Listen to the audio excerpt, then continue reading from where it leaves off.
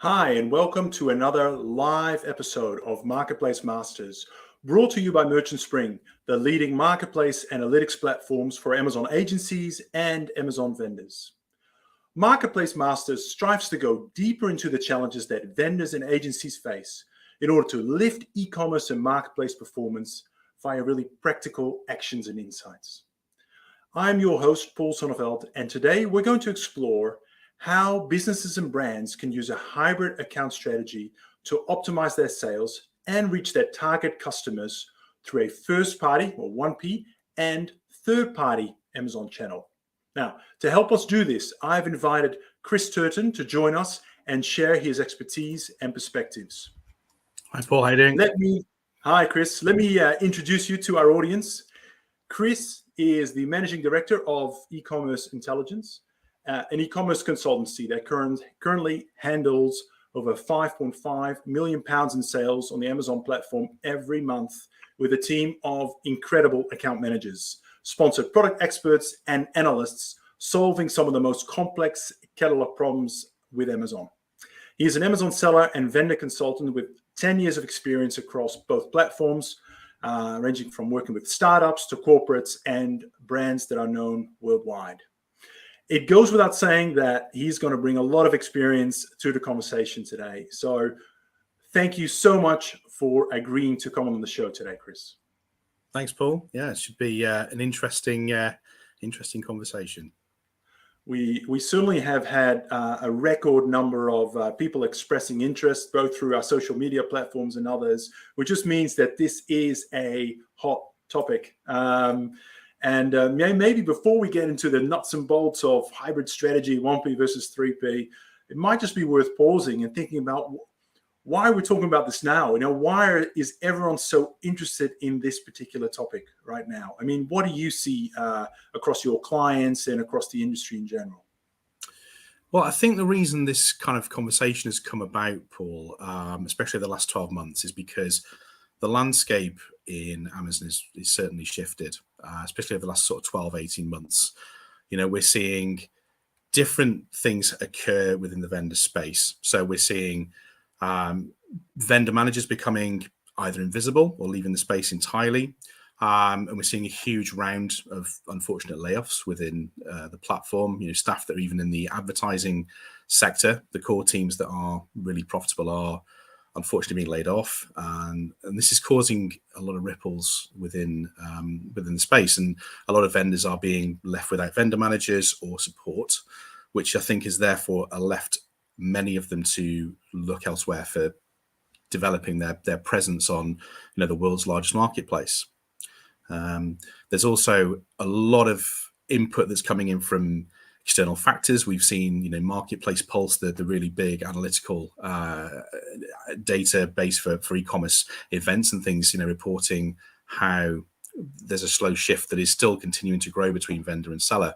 And according to them, the annual sales meeting from Amazon, a statistic that was raised was that a team of 15 people overseeing a retail category within vendor would have their growth outperformed by one person on the 3P marketplace, which, as we've seen, with recent layoffs, means it's more sort of operationally effective for them to work within 3P rather than 1P, which has led to a lot more self-management of the system on vendor, which is also the same as what happens within seller. So it's quite admin heavy.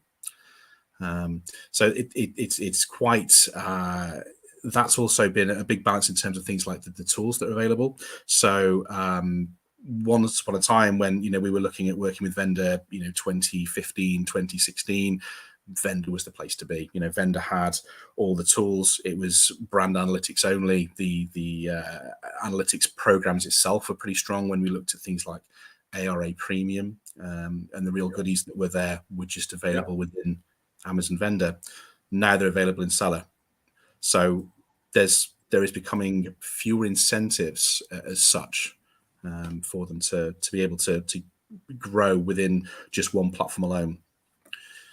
So there's a few other things as well, just to carry on. So we know that, there's a big thing that came out in March, I think, about Amazon in the EU. They're now pulling away from sourced product ranges within vendor. So we know that by January 2024, and we know that's going to break off over the next few months, Amazon vendor will no longer take owned manufactured products into their PO. So that's going to reduce some of the brands there. So only manufactured brands can work with Amazon vendor.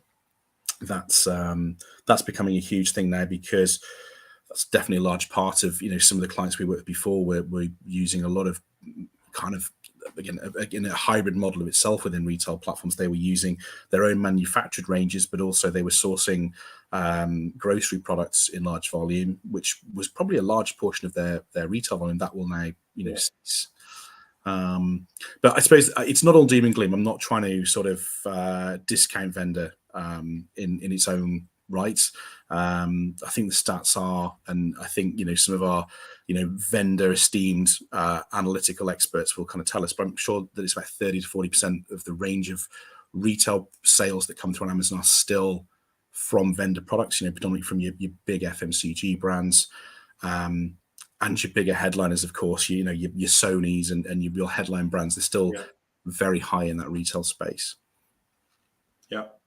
Now, there's certainly a lot going on, and it's probably worth emphasizing that not all of these dynamics are playing out at the same speed across different markets. Obviously, we saw a lot of this in the US 2 to 3 years ago, and big focus now in Europe. I mean, I think it's fair to say that across the board, headcount is reducing, even here in Australia, which is still a bit of a growth market for Amazon.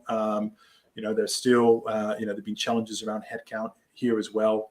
And I think this is really at a turning point where a lot of brands, particularly those that have distributed via or sold to Amazon via distributors and other intermediaries into the vendor space, are now a bit at a crossroads and having to think really hard about these sorts of topics. Do I go 3P, 1P, combination, and the like? It's certainly an interesting space. I mean, on one hand, you can obviously understand this from Amazon. I think, you mentioned maybe prior in terms of, why would you carry the working capital risk if you can just get someone else to do all that and essentially take a clip of the ticket, across selling fees and FBA and, make money that way, more of a platform. But of course, there's always the bit around, how do you maintain price leadership if you're not control pricing straight away through the 3P model? So I think it's that balance between maintaining price leadership, which is really hard to do without a vendor account. And some of the people probably tuning in today being on the receiving end of that. Absolutely. So it's hard. I can't see Amazon getting rid of it, but clearly they're thinking very hard and long about what's the minimum model that they need versus just onboarding, vendors left, right, and center. Yeah, absolutely. Yeah, it's pricing is the core. I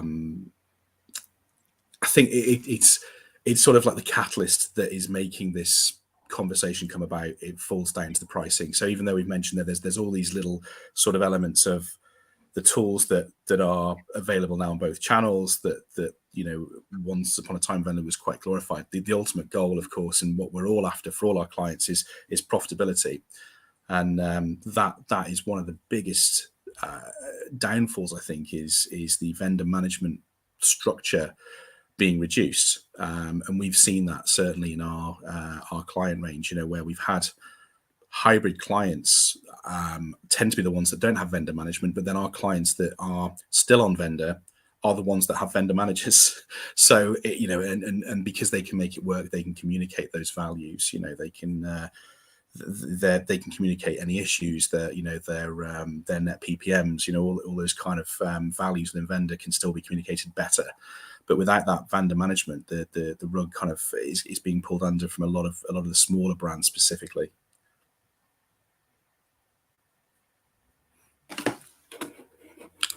Yeah.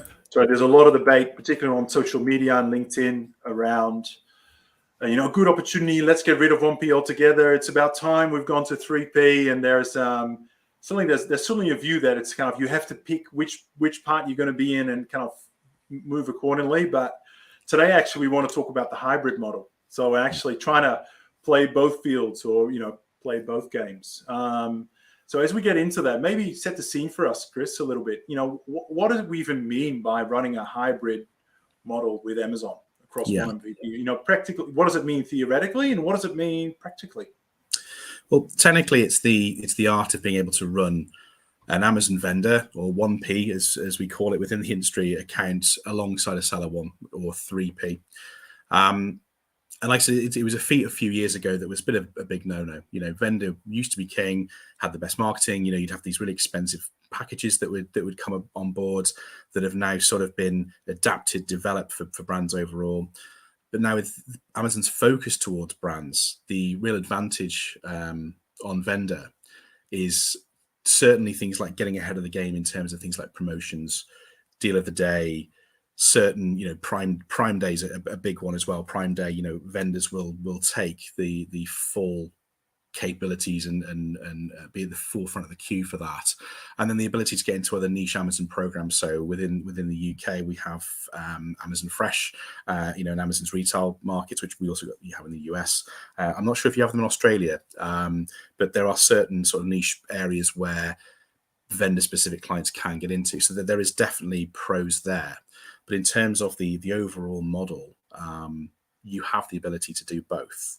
So the real reason why vendors may look at going into a seller is because a lot of the issues we mentioned before in terms of inventory and pricing and that, because the inventory itself may not be viable to vendor. You might find that they don't see Nason as being profitable.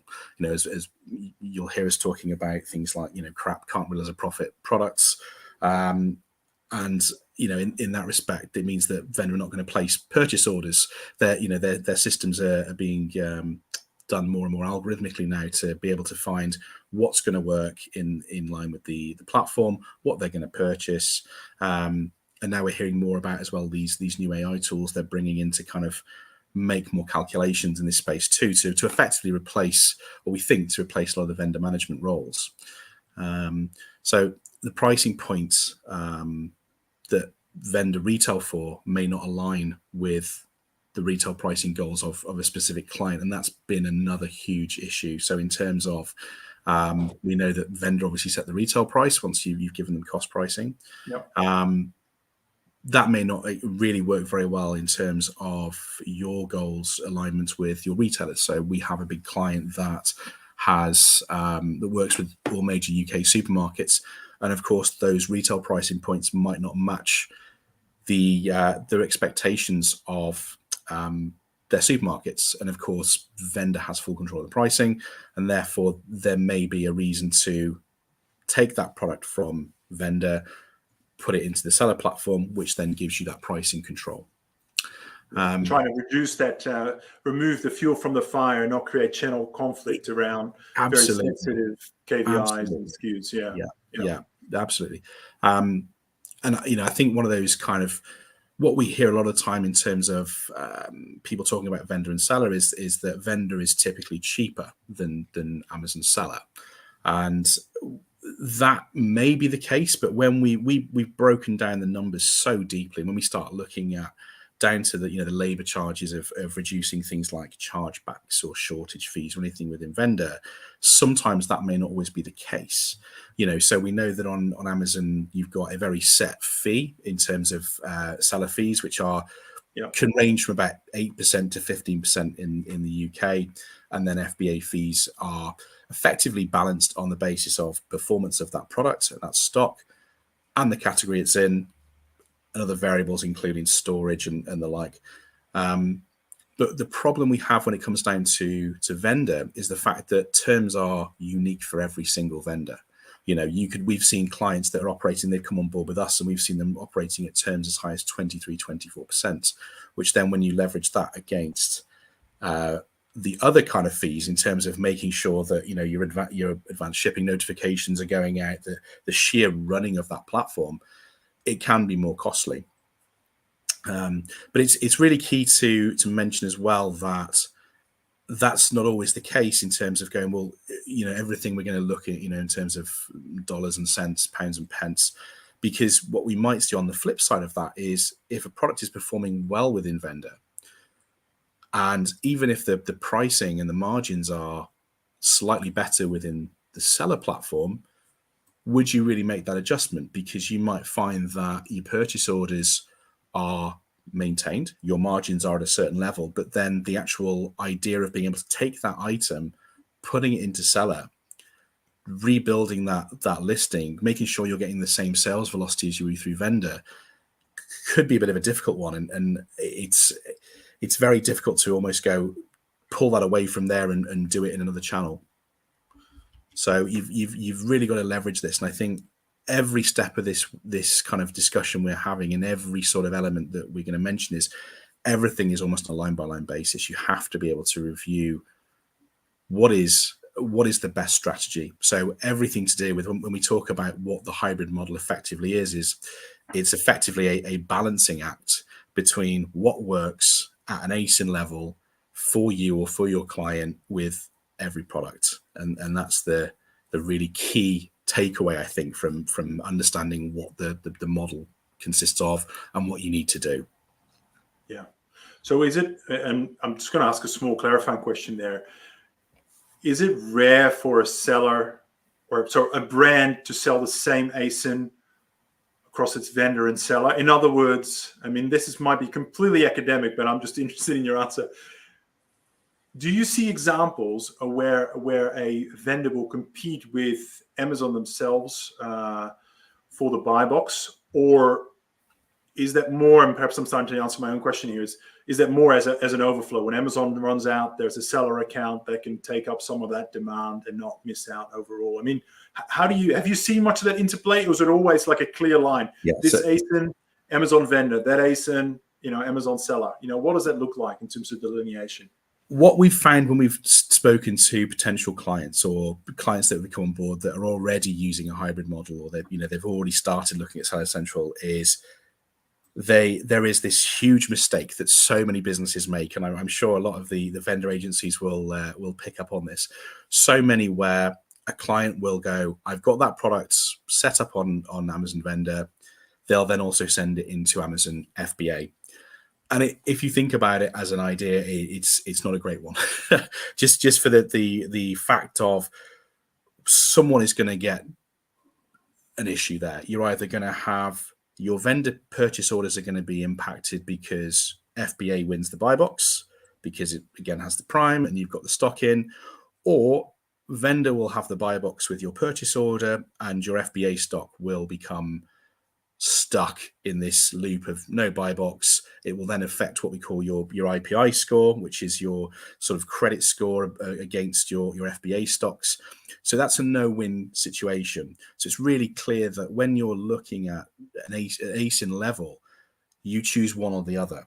Now, FBM, as in fulfilling yourself, is slightly different because we've been told through vendor managers in the UK, and I know this is varied across, every single person you'll speak to will have a different way of doing this.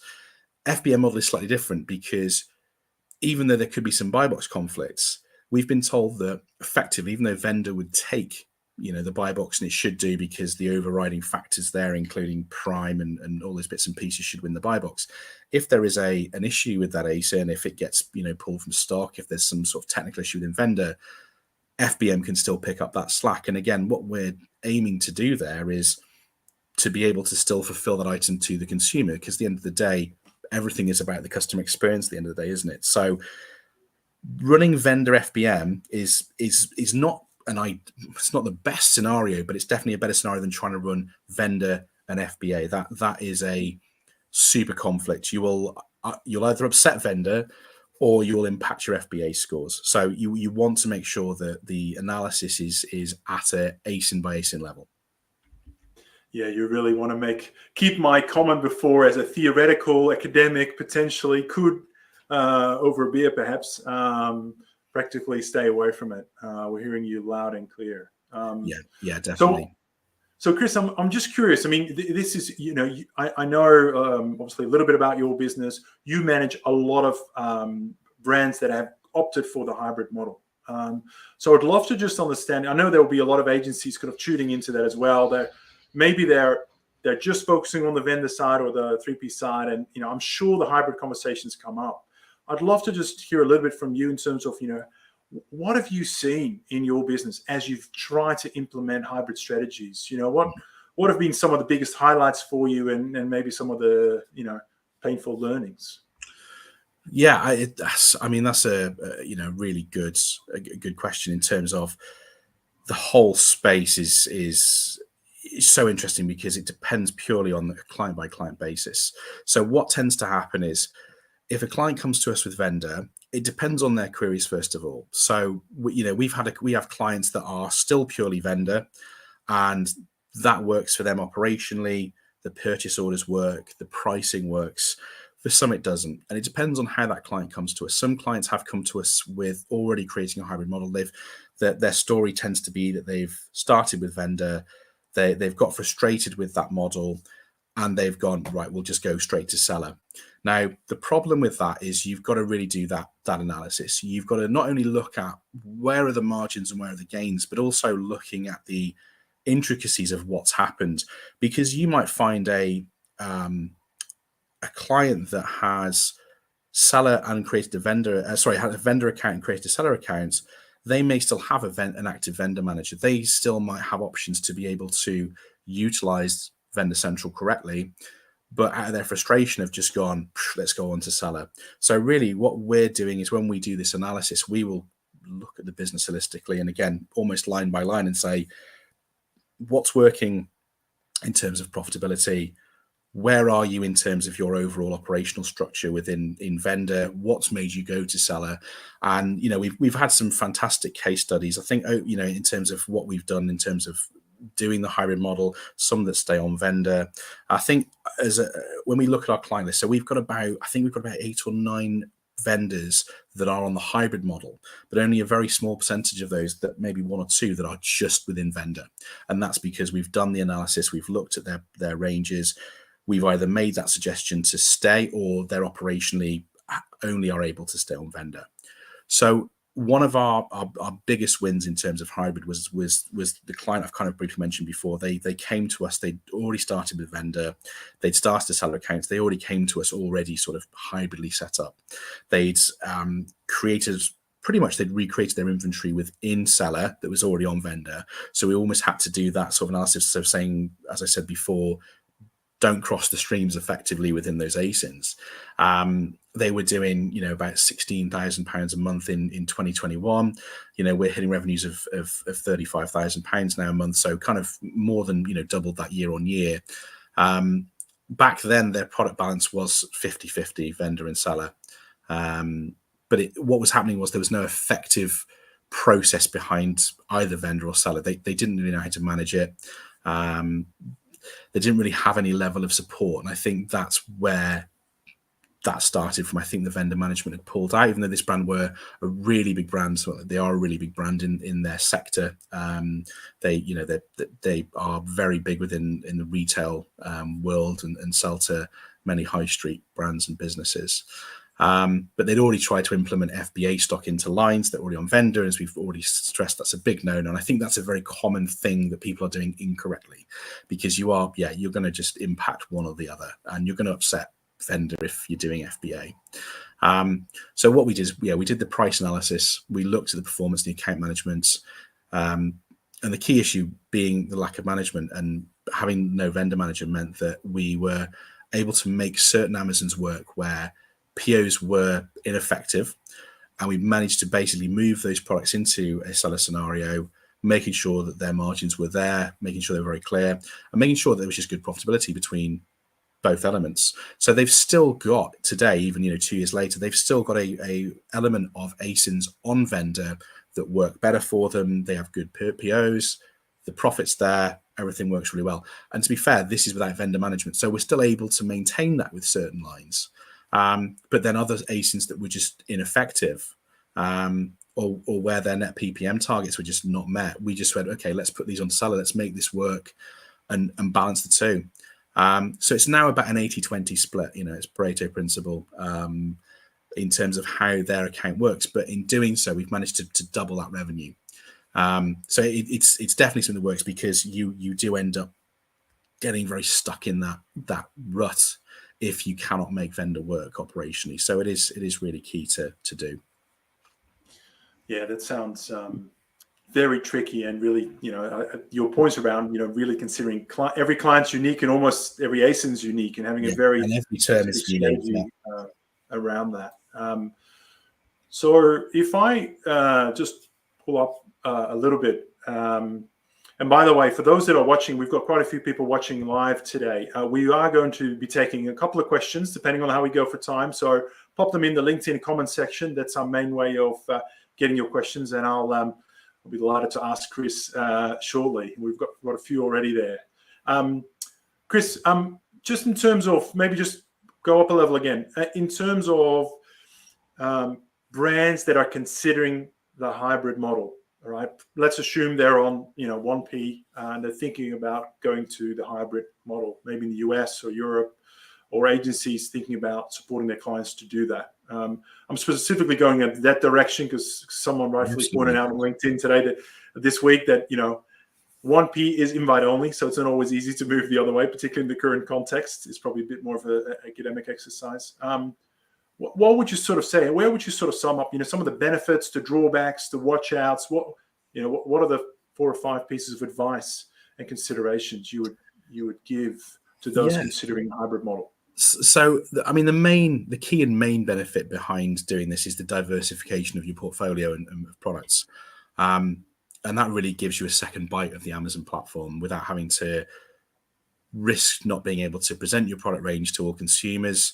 And it's a win-win for both. If it's not profitable for Amazon to buy the product from you, it's perfectly reasonable for them to not want to invest in a slow-moving range or one that is not meeting their profit demands.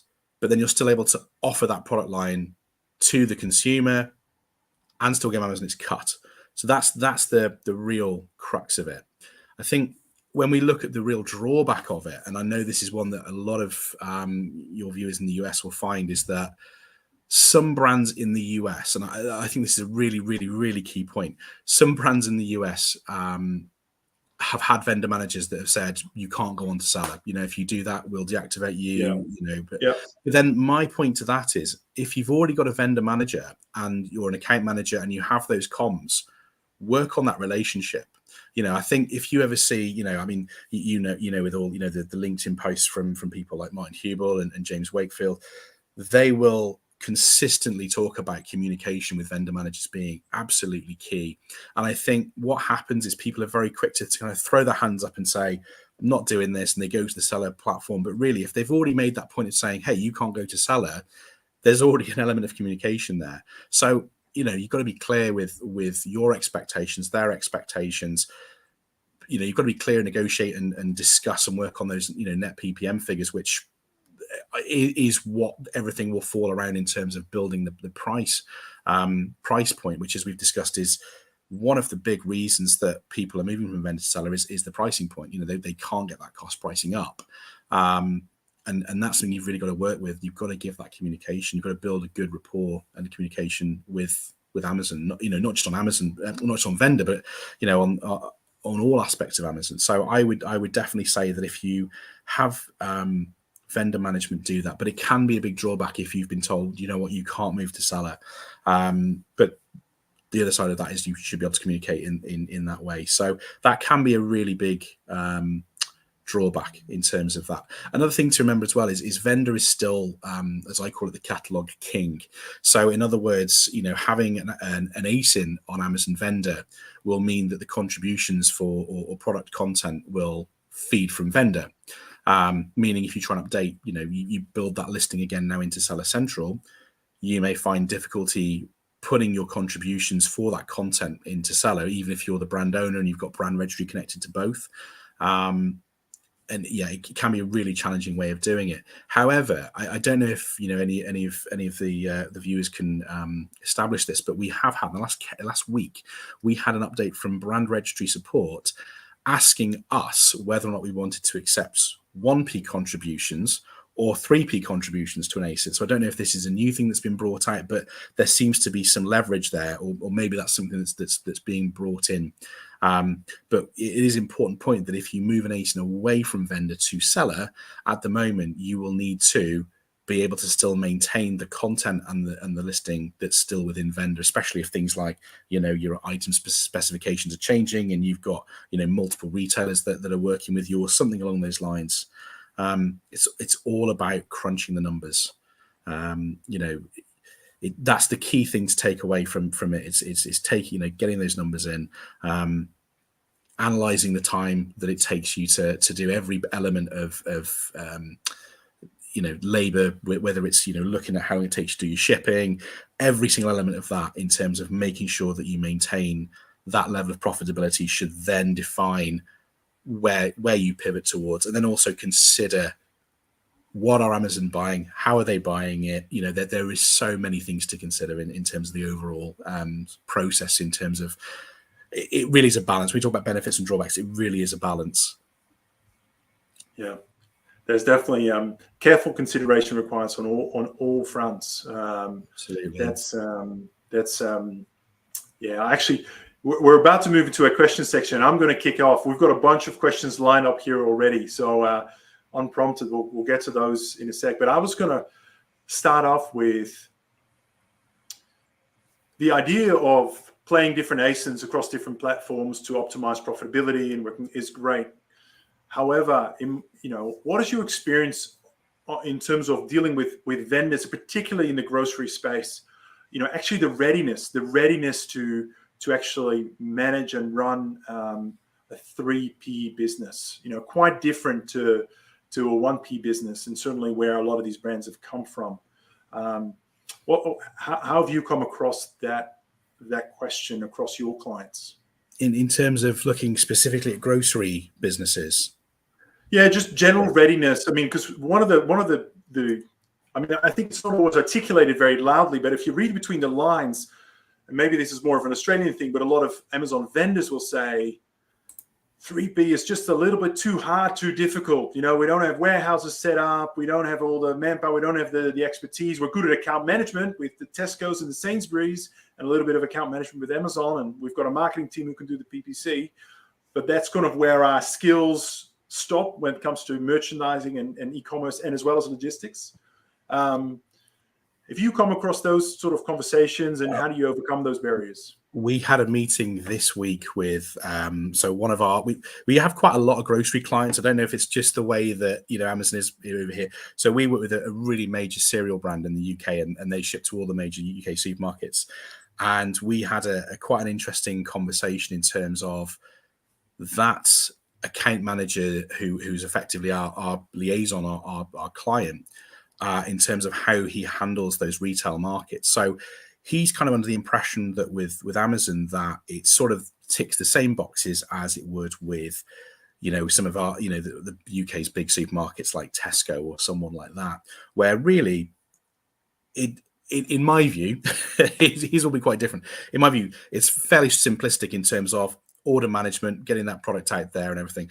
Amazon has always been a lot more self-service, hasn't it? When we talk about looking at things like listings, content, advertising, vendor and seller, there is still the same amount of input that is required to get the most out of that platform. I think when we look at things like, yes, Amazon Fresh. So if the conversation is more about fulfillment and logistics processes for fresh groceries, where they need things like frozen fulfillment, yes, 3P can't do that. And again, this is a line by line, ASIN by ASIN check. If you've got a client that's selling frozen product, you can't do FBA. That is going to be an Amazon Fresh, Amazon Go, those platforms that are again invite only to vendor, an only platform. But when we talk about that process of retail operational businesses that are doing multi-channels, like some of our clients, I always say that it's definitely 50-50. And I think what surprised our client is how much input he had to give. So it's fine and easy to go, right, okay, Tesco will do, we'll create these purchase orders, price agreed, terms agreed, that process gets fulfilled. But then with vendor having the exact same format as seller, effectively, where listings and content have to be right, advertising has to be right. There's a lot more tick boxes and things to deal with. And I don't think there's too much of a differentiation between the two. I think traditionally people have thought that vendor is operationally easier, where you go, okay, well, vendor places the order and it's done, where with FBA, we still own the stock, we've got to do this, that, and the other. But I think really there's not a great deal of difference between them, if that's kind of where that question's come from. I think it's definitely they as channels, they are still as technical as each other in a way. And if anything, vendor can be a bit more technical. We've got to look through vendor codes, and we've got to make modifications. If we want to do variations, we can't just create a flat file for variations. We then have to go to support to say create this variation. So there's a lot of toing and froing there. But in terms of the actual management and organization of the two platforms, they are very similar. And they're not the same as I don't think. I'm not a retail seller, but I wouldn't have thought there's as much input needed with those retail businesses. Would be my sort of thought process on that. Yeah. Okay. Yeah. Great. All right. I'm looking at the clock. I think we've got a few minutes left. We've got quite a few questions. So apologies to thank you first of all for our audience who submitted it. We're going to try and do some rapid fire answers without noticing, Chris. So let's see. There's some really great questions here, by the way, and I'm sure we've got a couple of other people dialing in who are happy to jump in. I'm gonna go to Jack Cooper. He's asking us: would you use the hybrid model to address issues with Amazon's vendor if they're not accepting price increases? If so, how? Very topical. Question, I would say. Thanks for that, Jack. It depends how you mean approaching them. So the process that I would follow is, if the purchase orders aren't coming in and Amazon is saying, you've got to give us more leeway in terms of the pricing, I wouldn't follow that through. I would say if there's no communication, I mean, what it sounds like from what Jack's saying is that he's had some comms there from vendor management, and therefore I would say work with a negotiation with that vendor manager. But if there isn't that process there and Amazon aren't buying that product, the purchase orders aren't there, I would certainly analyze looking at that in seller. Again, we use the caveat of saying, look at it line by line. Is it profitable? Is it financially viable to you? To then be able to move that line into an FBA scenario, because there is no point if vendor will not purchase. And at the end of the day, what we're here for is to look at a client's profitability. There is absolutely no point of selling on the platform if clients' profitability isn't there. We know all those costs and those fees have exploded over. When we look in the UK with Brexit and fuel and all those costs that have implemented, the overall the war in Ukraine, all those kind of things have really sort of implemented cost increases. And I think most of the listeners today will agree that they're not asking for a price hike and they're profiteering from it. I mean, most of you are probably looking for that 20, 25, 30% margin that you can make comfortably to support the business that you're operating within and to have a fair pricing point with Amazon. And I think even when, if you don't have that negotiation available with your vendor managers and you can't produce those net PPM data and really make that clear and nothing's happening, you're left without a choice. And in a way, you're providing a better service, I think, because you're still able to provide that item to the customer. Your retail price point may be the same, may even be cheaper than what vendor is selling. So it's not like you're trying to upsell and undercut or frustrate vendor in that way, but you're providing an ASIN that is that's still available to the customer, because without that, you might not find it profitable. It might not be available to the customer, so the customer experience is lost. All that great data and sales history and reviews and everything you've built gets lost because no one, unless of course you're selling it to other retailers and they're vying for the buy box. So yeah, I would definitely look at that if it makes financial sense to do that, and there's no communication within vendor that you can achieve. Okay, thank you. Let me move on to another one. This one we've got another upvote as well from someone else. So, any recommendations? This is coming from Matt. Any recommendations for opening a 3P account without upsetting your 1P vendor manager relationship? Assuming you still have one. That's the thing. Use the same brand name, different legal entity. Tell your vendor manager directly you're doing it for X reasons. What's your counsel here, Chris, around the approach? I would have that discussion, only after you've been able to make those negotiations within vendor. So, if you're not getting those terms accepted, if you're able to have that plan in place where you're not able to make those points to your vendor manager, if they're not accepting it, I would then raise that point. If they turn around to you and say, hey, we're going to deactivate you if you move from seller, then that's a different issue. But again, like I said before, communication is key. Speak to vendor, work that out, work through all your numbers and data.